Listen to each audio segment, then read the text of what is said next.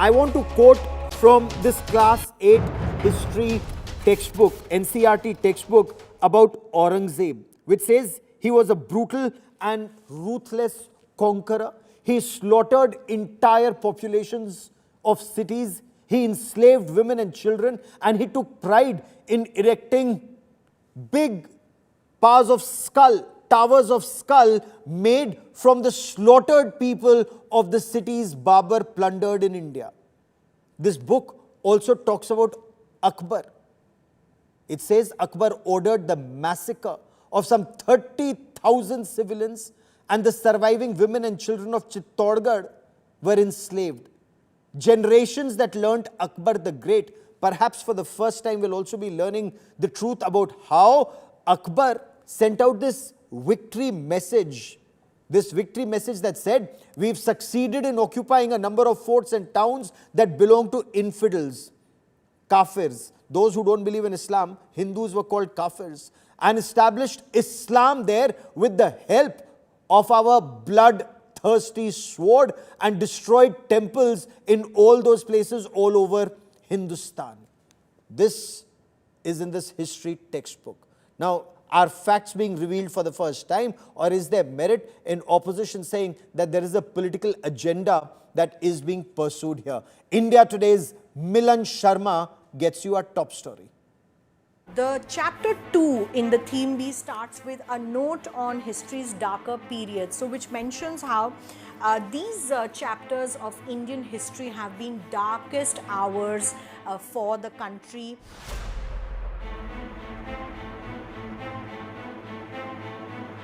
History wars are back. The NCERT's latest social sciences textbook for class 8th has a chapter on Mughals and Delhi Sultanate, which mention instances of religious intolerance and carries a note on what it calls some darker periods in history. In the textbook, Babur, the founder of Mughal Empire, is described as a brutal and ruthless conqueror, while Akbar's rule is portrayed as a blend of brutality and intolerance, detailing the massacre of 30,000 people during his attack on the Rajput fort of Chittorgarh. And the attacks on the Hindu temples by Sultanate ruler Alauddin Khilji are detailed. The Mughal Jizya tax levied on non-Muslims is described as a tool of public humiliation. They also talk about how the sultans imposed a tax called Jizya, which was subjected to all the non-Muslims subjects who were also called infidels. And of course, they were either told to pay the tax, or formed a financial and social incentive for subjects to convert to Islam. So the religion conversions that were happening, the book also is talking about that. The NCERT has added a disclaimer, a note on some darker periods in history, which states no one should be held responsible today for events of the past. The note appears to be aimed at discouraging communal interpretations.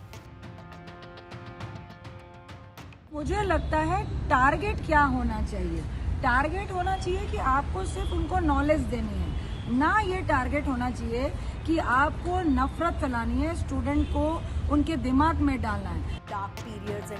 The opposition has alleged the change in a bid to hijack history and spread hate and communalism. जिस तरह हमारे इतिहास को hijack करने की प्रयास कर रहे हैं, ये हमारे बच्चों की, हमारी जनरेशन की पढ़ाई में जो सांप्रदायिकता की बीज डालने का प्रयास कर रहे हैं, ये बेहद गलत है.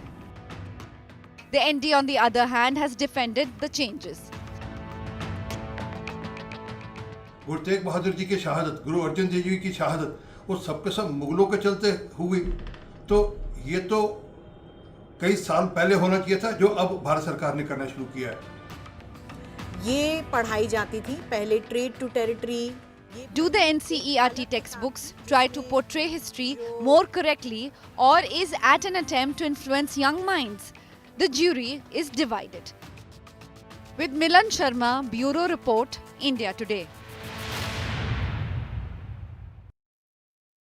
So, are these dark chapters of Indian history finally not being seen through rose tinted glasses? We have throughout our lives, when we were in school, learned Akbar the Great. But our school students now finally, and perhaps for the first time, learn of the siege of Chittorgarh and the massacre of 30,000 Hindus, enslavement of Hindu women and Hindu children, destruction of Hindu, Buddhist, and Jain temples, and the spread of Islam through the bloodthirsty sword of Akbar. And these are not our words, Akbar's message after the victory of Chittor. Joining me on India First, Anand Ranganathan, author and consulting editor, Swaraj. Garima Mehra Dasauni is the spokesperson of the Congress Party. Professor Rakesh Sinha is former member of Parliament, Rajya Sabha of the BJP. Sanjay Jha, formerly of the Congress, joins us as a political analyst. I first want to cut across to India Today's Milan Sharma, who broke the story and joins us on this broadcast. Milan, explain the rationale of these changes, and is there merit that only Islamic invaders and their descendants, they are being targeted? What are the changes in this new history book? Well, Gaurav, first of all, these changes were long overdue because the national education policy has brought in these changes now, but a revision was overdue since 2005. So had the curriculum been changed step by step, people would not have been suddenly screaming that this is anti-Muslim or anti-Islam. Secondly, fact is a fact. All the things that are written in the textbook, whether the Mughals plundered, looted, invaded, how the Delhi Sultanate was established, how the Mughals were, killing Marathas, how they were behind killings of and enslavement of women and children, how they tortured people, how they did forced religious conversions, they are all facts. So when you talk about facts, these things cannot be looked aside. For years, we had been studying how Akbar and Birbal stories were taught to children, how,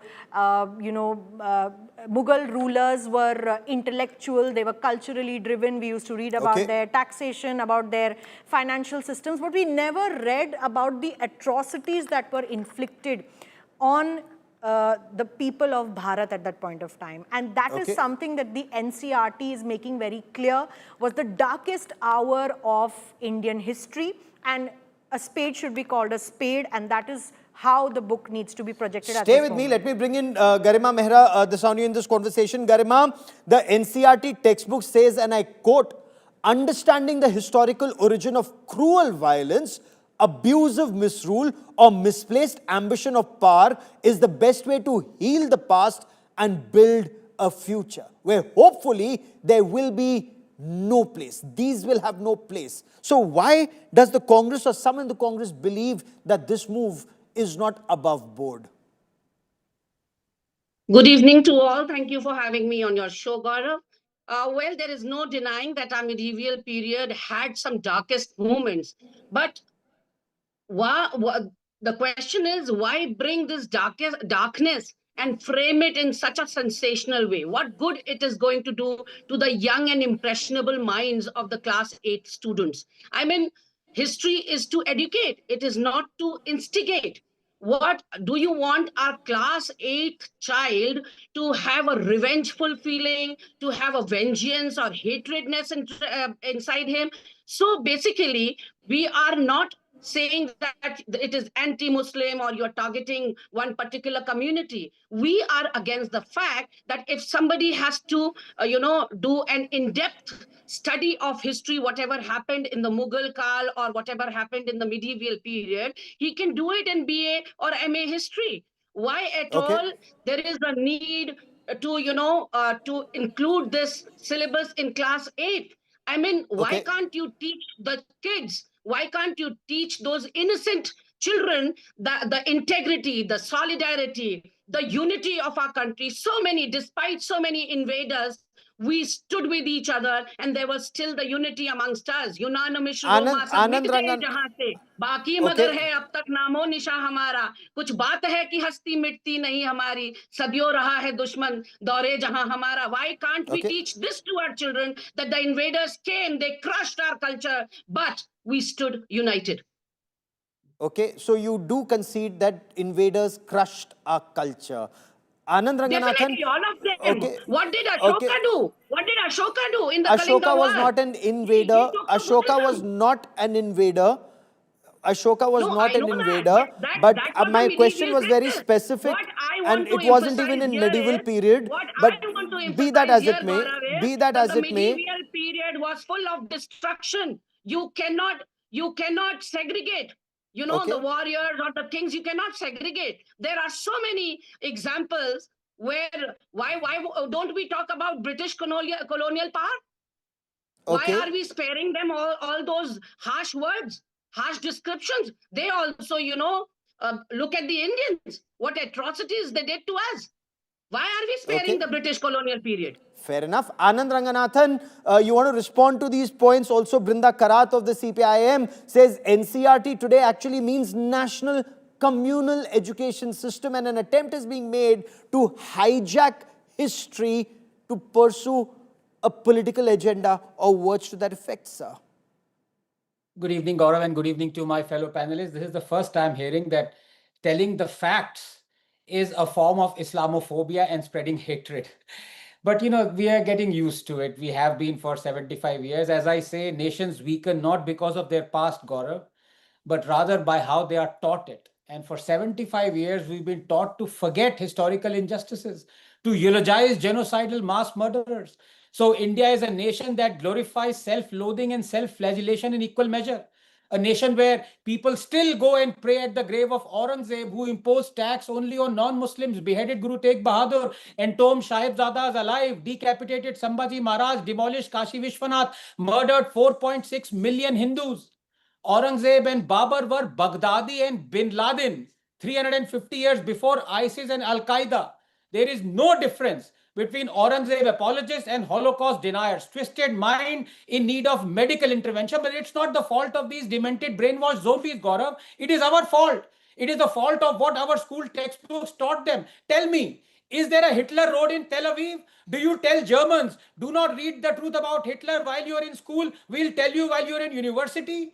This is a nation that hasn't read the authentic biography of Aurangzeb Masir-e-Alamgiri that says in 1669, on orders of Aurangzeb, the Kashi temple was demolished. That in 1670, on orders of Aurangzeb, the Keshav Dev temple, the birthplace of Lord Krishna, was demolished, and Aurangzeb had idols brought to Agra to be scattered under the steps of Jahanara Mosque, so they'll be trodden on. So you have in this country Nehru asserting that, quote, Babur was one of the most cultured and delightful persons one could meet. He was a gallant knight. There was no sectarianism in Babur. There was no religious bigotry. This is from Nehru's own book that is prescribed in schools, Glimpses of World History. This despite Babur saying it himself in Baburnama, that quote, I was a wanderer for the sake of Islam and battled infidels and Hindus, determined to become a martyr. But thanks be to Allah, I became a Ghazi, killer of infidels. Another cannot spread by WhatsApp Islamist historians and their white masters, Gaurav, is that India prospered economically during the Mughal period. This is a blatant lie, disproved by data provided by historians and economists such as Madison, Broadberry, and Custodes. India's I'll share come of to world economics. actually declined after 300 years. Okay, I'll come to economics in just a moment, but I want to stay on just these very basics that you have raised and very pertinent points that you've raised. Sanjay Jha, you heard both the Congress Party spokesperson and Dr. Anand Ranganathan that do you learn one history in school and then another history in college? Throughout our school lives, we've learned Akbar the Great, but clearly history shows he was enslaving Hindu women, he was enslaving Hindu children, he was breaking Hindu, Buddhist and Jain temples, spreading Islam through that bloodthirsty sword. And there is no greatness in any of this. So school students can't learn Akbar the Great and college students learn of the real Akbar. Gaurav, good evening. It so happens by coincidence that I'm a student of both economics as well as history. So I'll give you a very frank perspective. There is history, and there is one truth. However, we all know that there are going to be ideological differences between not just political parties in a society. There are people who are conservative. There are some people who have a more forgiving disposition.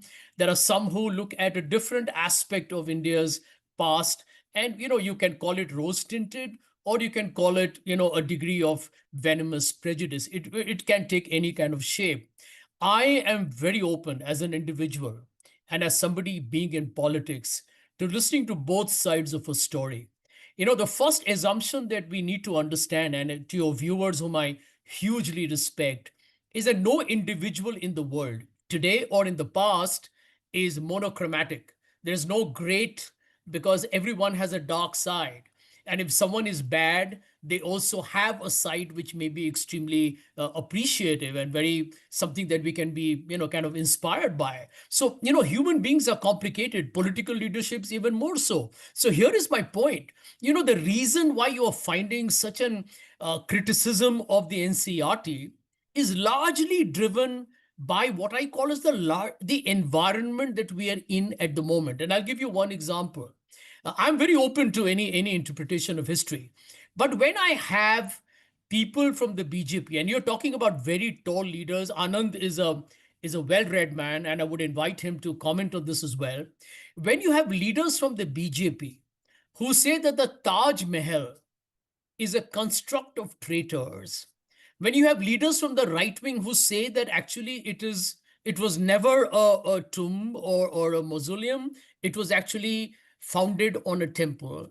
When you have people saying that end of day, one of the modern 7 wonders of the world, which attracts 6 million tourists, actually is not to be even respected and talked about because it is part of our past, it tells you that we have a problem. And that problem is that we are running away from our past. And nobody is going to deny that all the emperors that have been mentioned, they did commit horrific acts of violence on women, children, including temples. Nobody's going to deny that.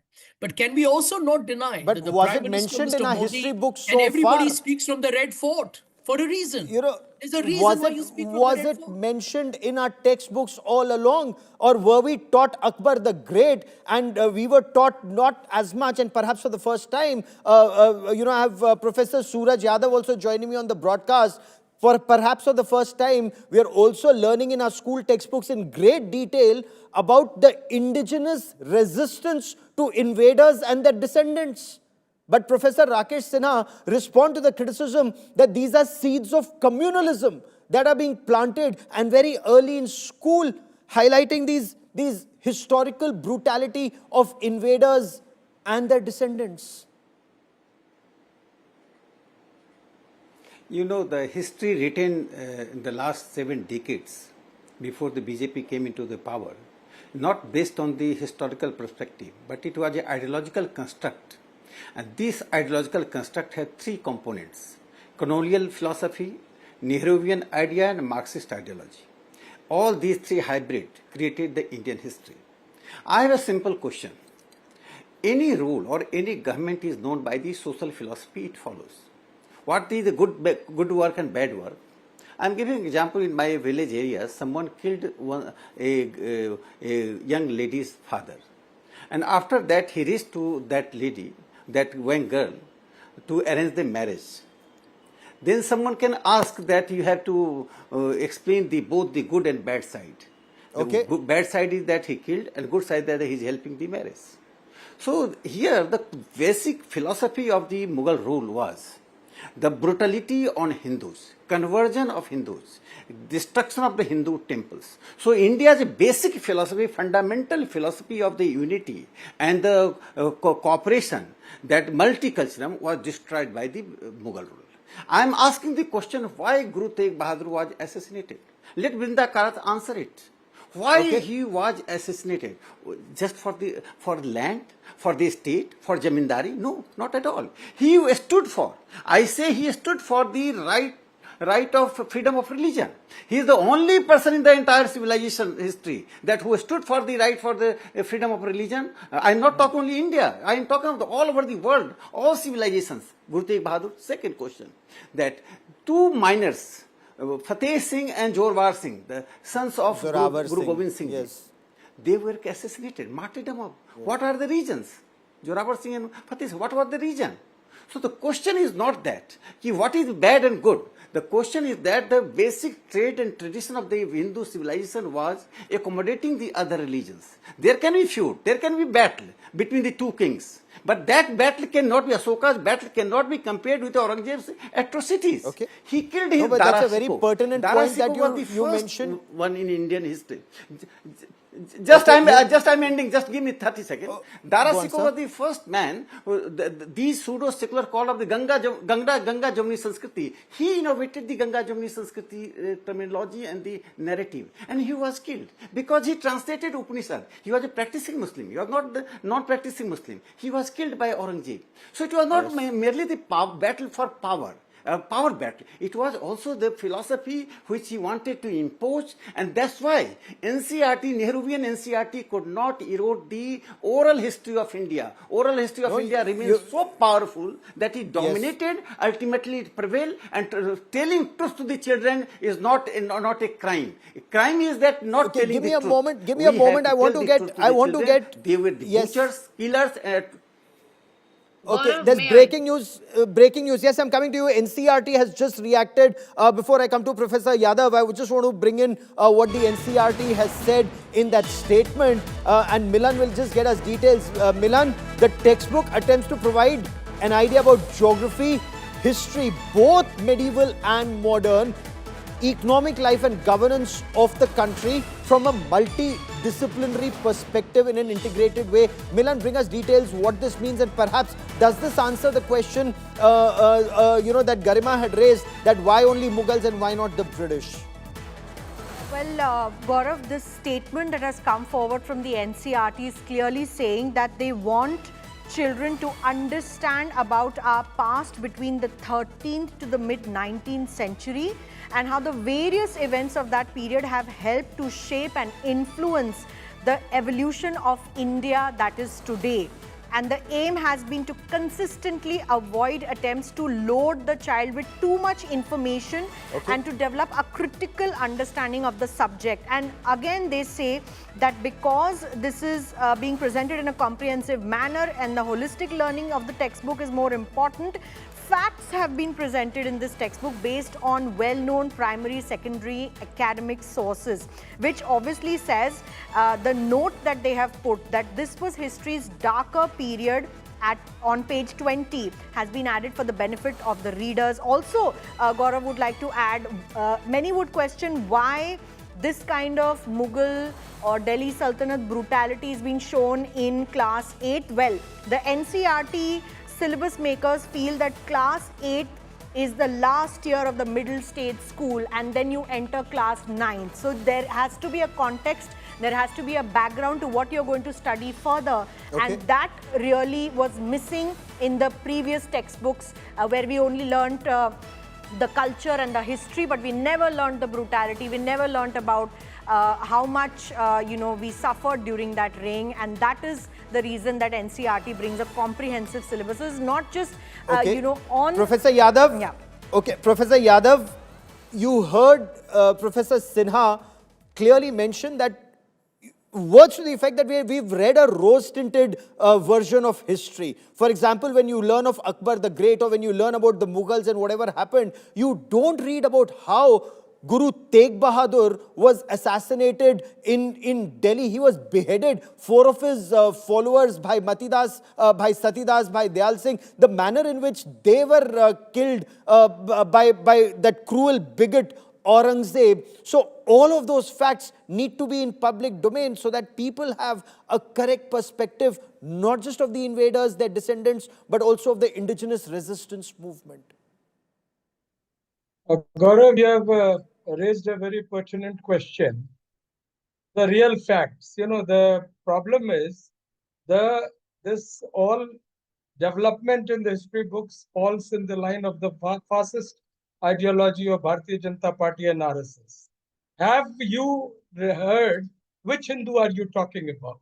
In the Mughal period, you have Man Singh, you have this Tan Sen and all these people. who are closely associated with Akbar, his rule, who are the ones who were converted. Nobody was converted on the might of the sword. People were actually much more uh, uh, under duress of Brahminism than what you are talking about Mughal. Have you heard about Nangeli? Have the history books taught about the breast tax by Brahmins on Dalit women and how a girl had to protest against that by cutting her breast? Has the Tipu Sultan, when he passed an order against levying the tax on Dalits and the lower caste, the Brahmins were really disturbed. So all these people who are now in power, they were in power then also, and they Okay. are now putting out facts of history.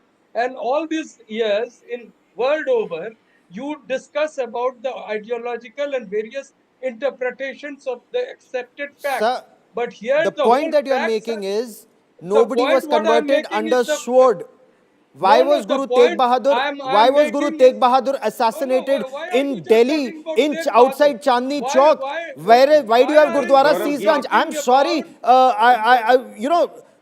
You no, must why answer. aren't Why you was Guru talking Tegh about Bahadur Gaurav, give me 30 assassinated? seconds. and you have just mentioned do you know how Pushyamitra Sung, how did he kill the Buddhist So monks? you'll go back Have to that been Pushyamitra taught? Shung, but you will not talk about Aurangzeb No, we assassinating will Guru talk. Tegh We Bahadur. will talk, but we will But you're not allow not. you to My question to you was very specific. you will My not question to you was very specific. But anyway, Anand Ranganathan wants to quickly come in, as does Professor Rakesh Sinha, and then I'll come to Garima also. I want to, diverting this debate from the points that I am raising, sir. Permit me to raise a No, you are point. not raising the I point. raised a point. You said it's a pertinent point, but don't worry. Be that as it may, Anand You are Ranganathan, talking you about wanted to Muslim respond. atrocities. You wanted You are to. not talking Yes, about Brahmin only, Gaurav, atrocities, which only is Gaurav, Anand still going on. Ranganathan.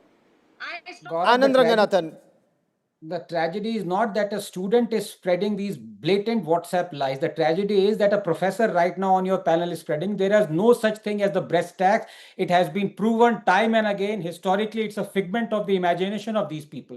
But let me not waste my time there. I want to appreciate what Sanjay Jha said, because what he says is right. Every king, every leader had a shade of gray. Now, it is, according to him, in his words, it is also important to appreciate the good qualities. But then I ask, A, it is not bad enough that we've hidden the bad qualities of all these emperors. Tell me, what do you want to appreciate in Hitler?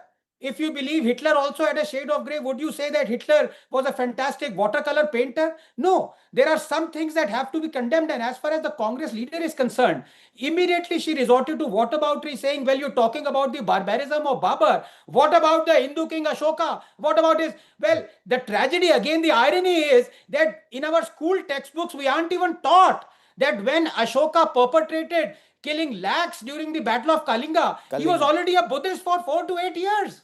We have been taught that he saw all that devastation and converted to Buddhism. I'm sure the Congress leader doesn't even know that he was already a Buddhist king.